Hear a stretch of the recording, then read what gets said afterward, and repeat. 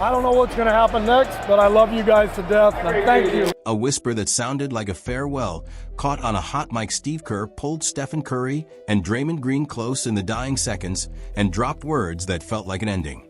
Now he's talking about expiration dates, and suddenly the question isn't crazy. Did a four-time champion just coach his last game? And what did he say that left Curry visibly shaken? April 17, 2026. Footprint Center. The clock bleeding out on a blowout as the Phoenix Suns ran the Golden State Warriors off the floor. Down big, respect slipping, echoes of the franchise's darkest years creeping back in. With just over a minute left and the deficit ballooning, Kerr did the unthinkable. He huddled his two pillars mid-collapse. Cameras caught everything. And what he said in that moment didn't sound like strategy, it sounded like goodbye. I don't know what's going to happen next, but I love you guys to death, and thank you. That was the moment, quiet, brief, and impossibly loud. 18 seconds. That's all it took for Steve Kerr, Stephen Curry, and Draymond Green to say more than words ever could. A hushed exchange between three pillars of a dynasty, and the second that clip hit the internet, fans everywhere felt it. This wasn't strategy. This wasn't routine. This felt like the final page turning. From social media to Oakland barbershops, one message echoed. It's over, really over. And the game itself? A demolition. The Phoenix Suns didn't just win, they overwhelmed the Golden State Warriors from the jump. A brutal 33-5 first-quarter run set the tone, and it never recovered. Curry, fresh off a 35-point explosion, went ice-cold just 4 for 16. The team unraveled with 21 turnovers, each one digging the hole deeper to be by the time the buzzer sounded. The outcome had been decided long before the final score. And when the microphones came out, there was only one question left hanging in the air. Had we just watched the end of everything? Steve, towards the end of the game, you and Draymond and Steph kind of get a group hug. What was that moment like? Kerr's answer was immediate, and it cut through the room with a kind of dry gallows humor that only a coach who has been through 12 years of these post-game sessions could deliver. None of your business. All right. The entire press room laughed, but it was the kind of nervous laughter that hangs in the air after somebody says something that hits just a little too close to the truth, because everyone in that room knew. Everyone watching on television knew. Every Warriors fan from San Francisco to Sacramento to every dive bar in the Bay Area knew what happened in that huddle mattered. What happened in that huddle was the conclusion of something enormous. And whatever Steve Kerr had said into that hot microphone, whatever he had whispered to Curry and Green in the final minute of that season, was going to echo through the Warriors organization for months, possibly years to come. And this is the part where the story gets genuinely complicated, because the viral headlines and the TikTok thumbnails and the sports talk clickbait all started screaming the same thing within hours of that clip going public. The narrative wrote itself. The most decorated coach in Warriors franchise history. A man with 4 NBA championships and 6 finals appearances on his resume appeared to be standing in the wreckage of his own dynasty. Even his most loyal players were openly preparing for the possibility that this might be the end.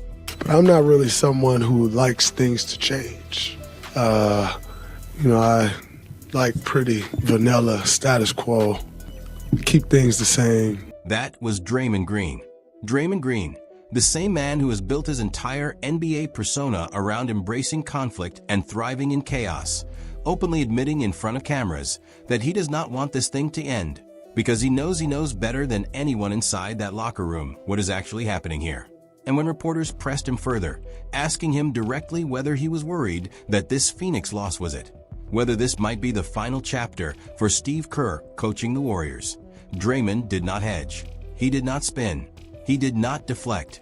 Are you worried that this is it for Steve coaching you guys? Yeah. I think it'd be pretty crazy not to think that's a possibility. It would be pretty crazy not to think that's on the table, said Draymond Green, a voice built on 12 years of titles and defensive dominance. Suddenly unsure of what comes next, the dynasty didn't fall in one moment. It cracked live, mic still hot, truth spilling out faster than control. After the April 17, 2026 loss to Phoenix, Draymond couldn't promise anything, not for himself, not for Stephen Curry, not for Klay Thompson. What once felt permanent now looked fragile, maybe even finished. And this wasn't a shock ending, it was a slow collapse, finally hitting critical speed. All season long, pressure built. Steve Kerr faced constant criticism for experimental rotations and questionable decisions. Former players questioned him publicly. Insiders whispered about locker room tension, and the warning signs became impossible to ignore. Then January flipped everything. The Warriors hovered around .500, stuck in a brutal Western Conference. The hope of a final push with Jimmy Butler as Curry's new co-star was just beginning to form until Kerr went on KNBR with Tom Tolbert and said it. Not realistic. Title expectations? Over. Instantly, belief turned into backlash, and #FireKerr exploded online. By January 5th, DeMarcus Cousins took it further on Run It Back, turning frustration into a full-blown indictment of Kerr and the Warriors' culture. From that point forward, the unraveling didn't feel possible anymore, it felt inevitable. I don't like it one bit.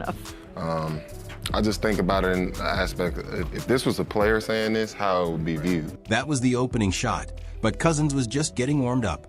The point he was driving at, the argument he was methodically constructing for the audience, was that there exists a profound double standard in professional basketball when it comes to who gets to publicly concede where a team stands and who doesn't.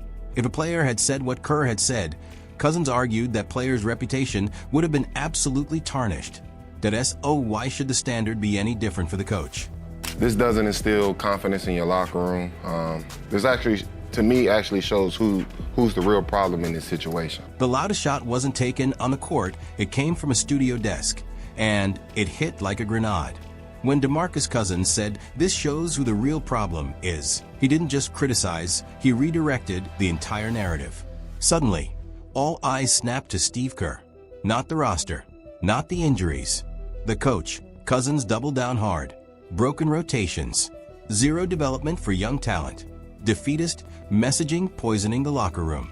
In his view, Kerr wasn't managing the chaos, he was the source of it. And that take didn't fade. It spread across talk shows, podcasts, timelines, turning frustration into a full-blown indictment. And just when things couldn't get shakier, the injuries buried whatever hope remained. Jimmy Butler tore his ACL right as momentum sparked. Stephen Curry missed weeks with a lingering knee issue. Moses Moody went down for the season. That'd be why the time Phoenix slammed the door. Kerr leaned on injuries as the story. But for many, that wasn't the headline, it was the excuse. But when Jimmy got hurt, it felt like we were finding it. It felt like we were finding it. That was Kerr's genuine reflection on the moment the season effectively ended, because in his mind, the Warriors had been assembling something real in the weeks leading up to that Butler injury, and then everything evaporated in a single moment. And to lose one of the best players in the game, in Jimmy, it can't do anything but, take you off course. This wasn't just a loss, it was a verdict at that podium. Steve Kerr leaned on injuries. And sure, they were brutal. But everyone from DeMarcus Cousins to analysts to fans knew the truth. Injuries weren't the whole story. 37-45. Another missed postseason, 4 times in 7 years. This from a franchise that once ruled the league. That drop-off? Not bad luck, that's a slow collapse.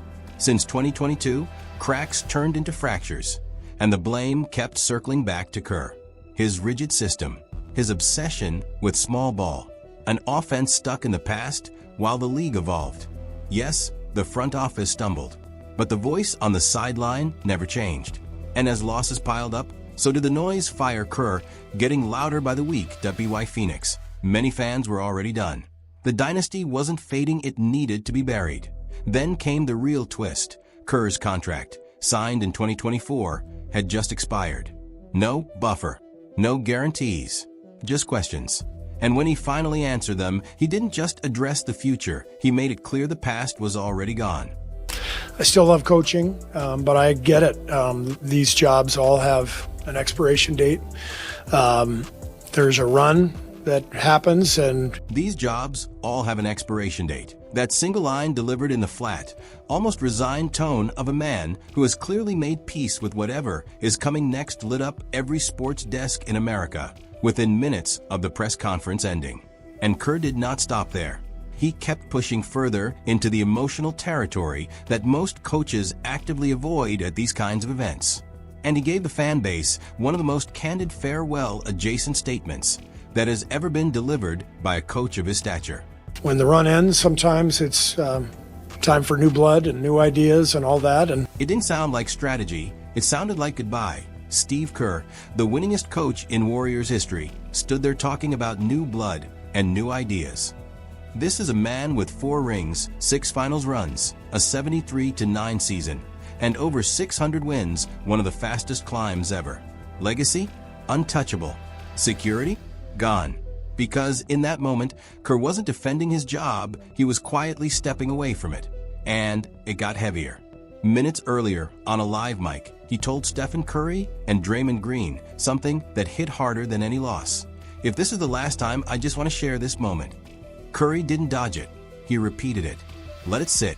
Let it hurt. That wasn't a coach rallying his team. That was a man bracing for the end. Saying goodbye in real time to the players who built everything with him that no spin. No sugarcoating. Just truth. And when a dynasty starts speaking in past tense before it's officially over, you're not watching a transition, that you're witnessing an ending. He said, yes, I don't know what's going to happen, but if it is the last time, I just want to share this moment. A jolt of a message. That's the exact phrase Curry used to describe the emotional impact of what Kerr had just said to him. You have to understand how extraordinary that language is coming from Stephen Curry. This is a player who has won 4 NBA championships, who has been the face of a dynasty for over a decade, who has seen every kind of high and low that professional basketball has to offer. And when Steve Curry pulled him into a huddle with 50 seconds left in a season-ending loss, the message he received hit him like a jolt. Curry elaborated on his own uncertainty as the press conference continued, reflecting on how the stakes of winning have always extended far beyond just him and the players on the floor. And so that's why it's just been so important to win, because if you're winning, there's no conversation about Coach Kerr. Winning hides everything.